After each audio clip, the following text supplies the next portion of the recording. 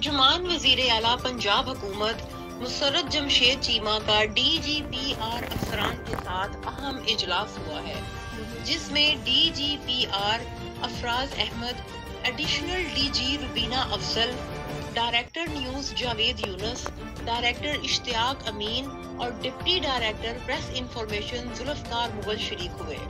محکمہ تعلقات عامہ پنجاب کو جدید طرز پر چلانے کے لیے تفصیلی گفتگو کی گئی۔ صوبہ بھر میں افسران اور ادارے کی صلاحیتوں کو بڑھانے کے لیے خصوصی ٹریننگ سیشنز کروانے کا فیصلہ کیا گیا۔ حکومت کی کارکردگی اور عوامی مسائل کو حل کرنے کے لیے معلومات کی بروقت فراہمی کے لیے تمام وسائل کو بروئے کار لایا جائے گا۔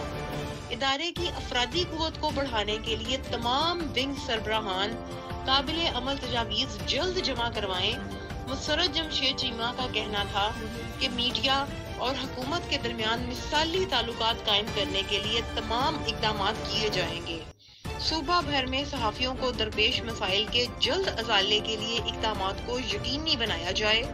ڈویژنل اور ضلعی سطح پر حکومتی محکمہ جات کے باہمی معلومات کے نظام کو جدید خطوط پر استوار کیا جائے۔